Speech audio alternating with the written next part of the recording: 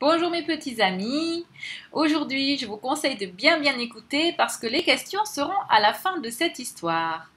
Alors voilà notre ami Joseph qui a été vendu par ses frères parce qu'ils étaient jaloux de lui.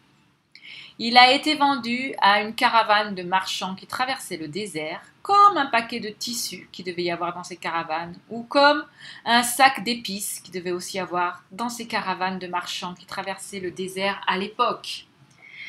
Il y avait aussi des esclaves, donc des hommes, des femmes, qui étaient vendus comme des marchandises. Et Joseph est arrivé en Égypte, et le voilà sur cette estrade enchaîné. Il va être vendu pour la deuxième fois. Tu peux voir l'homme en jaune qui va l'acheter. C'est un homme riche. Il s'appelle Potiphar. C'est le commandant de la garde royale du pharaon, le roi d'Égypte. Alors la Bible ne nous dit pas quel genre de tâche on impose à Joseph en arrivant dans la maison de Potiphar. Mais on peut bien s'imaginer que ce jeune esclave qui vient d'arriver dans cette maison de riche est le plus maltraité de tous, puisqu'il est le dernier arrivé, un très jeune esclave, et les autres esclaves lui donnent les tâches qu'ils n'ont pas envie de faire eux-mêmes. C'est ce que l'on peut imaginer, la Bible ne nous le dit pas. Mais en tout cas, il devait faire des choses sales, dures, dégoûtantes. Mais Joseph ne se plaint pas.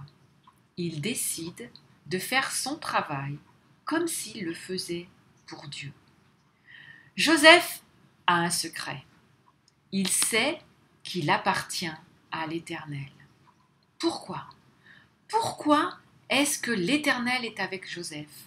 Pourquoi est-ce que Joseph appartient à l'Éternel? Parce que Joseph croit en Dieu. Et un jour, il l'a laissé rentrer dans sa vie. Il lui a dit, Dieu, je sais que je suis trop mauvais pour t'appartenir. S'il te plaît, pardonne-moi mes péchés. Efface le mal qui est en moi. Je veux t'appartenir, faire partie de ta famille. Et c'est ainsi que Joseph appartient à l'Éternel. Moi aussi, tu sais, je sais que j'appartiens à l'Éternel. Et Joseph décide de travailler comme pour lui. Il a compris que l'Éternel est son maître. Alors bien sûr, tu me diras, c'est Potiphar, le maître de Joseph, puisque Joseph est l'esclave de Potiphar. Mais Joseph a compris que avant tout, c'est l'Éternel qui est son maître. Si aujourd'hui tu appartiens à l'Éternel, tu peux aussi comprendre que avant tout, c'est l'Éternel qui est ton maître. C'est à lui que tu dois obéir avant tout. Et Joseph a décidé ça pour sa vie, que l'Éternel était son maître. Alors tout ce qu'il a fait, même si c'était dur, même si c'était dégoûtant, il l'a fait comme s'il le faisait pour Dieu, son maître. Et donc ce qu'il a fait, il l'a bien fait. Et la Bible nous raconte cette histoire dans Genèse chapitre 39. Et on peut voir au verset 3 que son maître, Potiphar, a remarqué que tout ce que faisait ce petit Joseph était bien fait. Son maître vit que l'Éternel était avec lui, et que tout ce qu'il entreprenait, l'Éternel le faisait réussir entre ses mains. Et Joseph trouva grâce aux yeux de son maître. Il l'employa à son service. Alors bien sûr, il l'employa à son service. Il n'était qu'un serviteur, qu'un esclave. Mais pourtant, son maître lui faisait tellement confiance qu'il lui a donné la gestion de tout ce qui lui appartenait. Voilà maintenant Joseph qui est au-dessus des autres esclaves. Il gère les stocks de la maison. Il peut faire ce qu'il veut. Son maître lui fait tellement confiance qu'il ne regarde même plus ce que Joseph fait. Et la Bible nous dit que l'Éternel bénit la maison de l'Égyptien à cause de Joseph. Le travail de Joseph est béni et son maître se montre reconnaissant, bon envers lui. On peut dire que Joseph a réussi dans sa vie d'esclave. On peut voir qu'il appartient à l'Éternel. Et toi, est-ce que tu appartiens à l'Éternel? Alors, l'Éternel est toujours avec toi, exactement comme il était avec Joseph. Tu sais, c'est une promesse que Jésus fait dans le Nouveau Testament. Dans Matthieu, au dernier chapitre, il dit à ses disciples, « Voici, je suis avec vous tous les jours jusqu'à la fin du monde. » Cette promesse, elle est pour toi, si tu appartiens à l'Éternel. Quoi qu'il se passe dans ta vie, des choses faciles comme des choses difficiles, voici, je suis avec vous tous les jours jusqu'à la fin du monde. On peut dire que Joseph est un gars qui a réussi. Même en tant qu'esclave, la pire des positions, c'est quand même un gars qui a réussi. Et tout le monde peut voir dans sa vie que ça réussit. Il y a quelqu'un d'autre qui l'a remarqué aussi dans la maison de Potiphar. C'est la femme de Potiphar, parce que Potiphar était marié. Et cette femme, elle a remarqué Joseph, qui, au fur et à mesure du temps, était devenu toujours plus fort, avec ses travaux difficiles, et toujours plus beau. Et elle aurait aimé bien l'avoir pour elle. Alors elle n'arrêtait pas de lui dire « viens avec moi dans ma chambre, et aime-moi ». Mais Joseph lui répondit « je ne peux pas faire ça. Tu es marié, tu appartiens à Potiphar. Potiphar me fait confiance, il me laisse gérer tout dans la maison. Je peux faire ce que je veux, sauf te toucher. Cela est absolument interdit, c'est mal. » Et Joseph a décidé de dire non au mal. Toi aussi, si tu appartiens à l'Éternel, décide de dire non au mal. On ne peut pas appartenir à l'Éternel et faire le mal.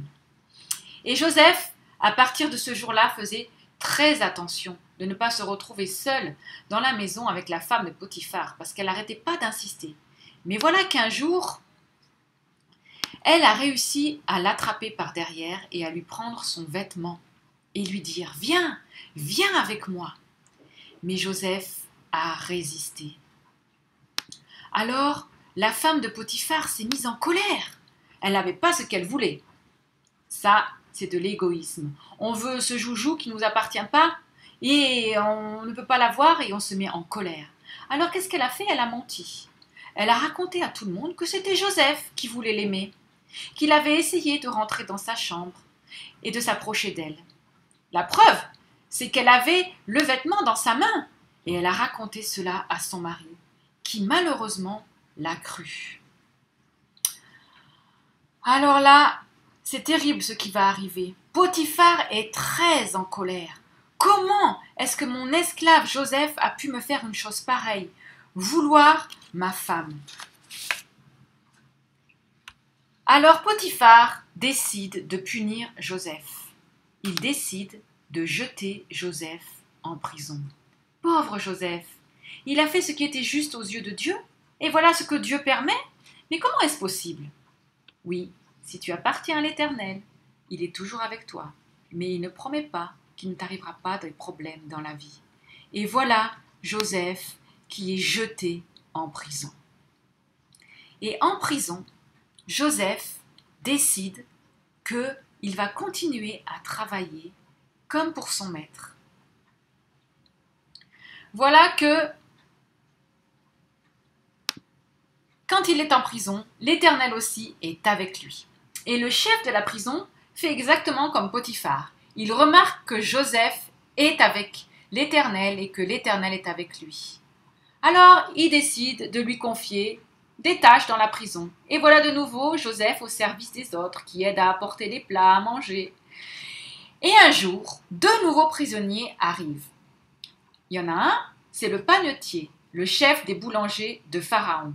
Et l'autre, c'est le chef des boissons de Pharaon. On ne sait pas ce qu'ils ont fait comme bêtise, mais Pharaon a décidé de les jeter en prison. Un matin, Joseph, qui va servir ces deux nouveaux prisonniers, comme s'il le faisait pour son maître l'Éternel, de bon cœur, arrive et voit que ces deux prisonniers sont tout à fait tristes. Mais qu'est-ce qui se passe aujourd'hui? Qu'est-ce qui vous arrive?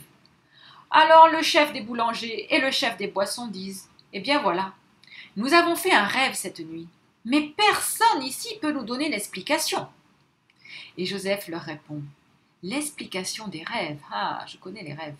Tu te souviens au début de l'histoire de Joseph? L'explication des rêves appartient à Dieu. C'est à Dieu qu'appartiennent les explications. Allez, racontez-moi donc vos rêves. » Alors voilà, le chef des boissons qui dit « Voilà mon rêve. Dans mon rêve, il y avait un pied de vigne devant moi, avec 3 branches, et il a eu des bourgeons, et des fleurs, et des grappes qui ont donné des raisins. Et la coupe de Pharaon était dans ma main. Je pris le raisin, je pressai dans la coupe du Pharaon, et je mis la coupe dans sa main. Dieu aida Joseph à expliquer le rêve. Voici l'explication. Les 3 branches sont comme 3 jours. Encore 3 jours et le pharaon t'élèvera pour te rétablir dans tes fonctions. Tu reprendras la coupe de Pharaon dans ta main. Quelle bonne nouvelle! Voilà le chef des boissons qui est tout content. Ensuite,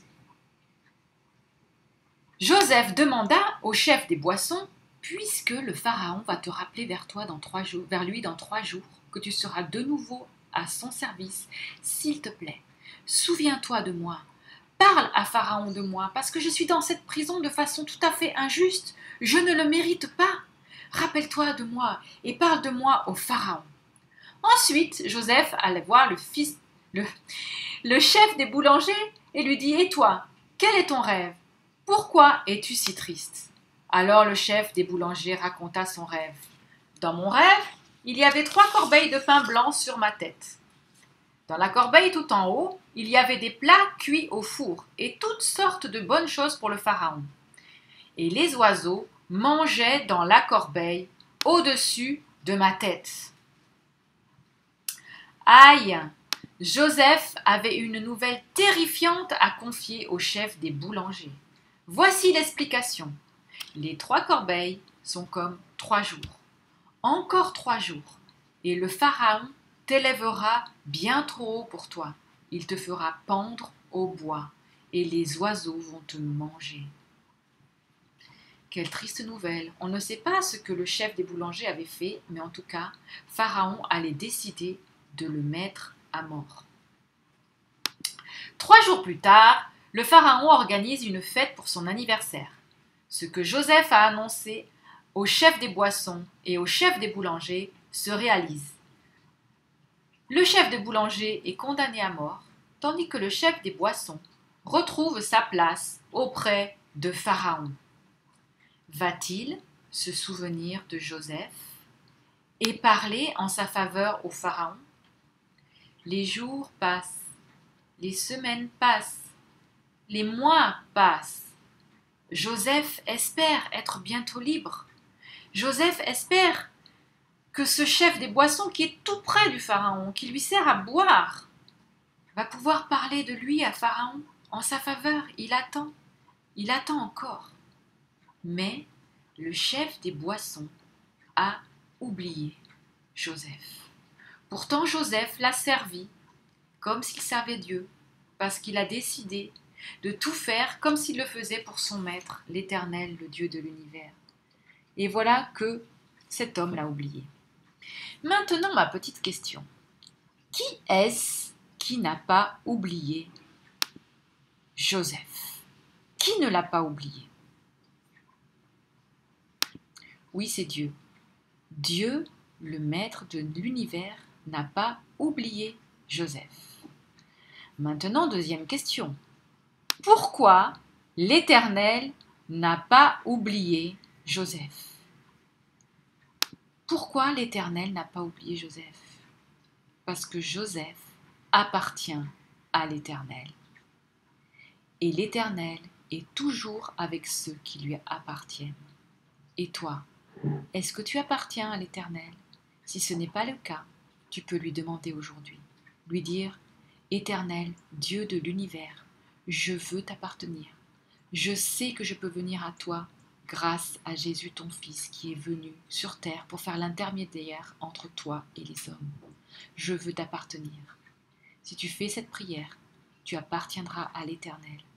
Alors, l'Éternel sera toujours avec toi et il ne t'oubliera pas. L'Éternel est toujours avec ceux qui lui appartiennent. Bien sûr, l'Éternel n'a pas oublié Joseph. Il ne va pas le laisser dans son trou, dans sa prison. Comment est-ce qu'il va faire pour l'en délivrer? C'est ce que nous verrons la prochaine fois. Au revoir.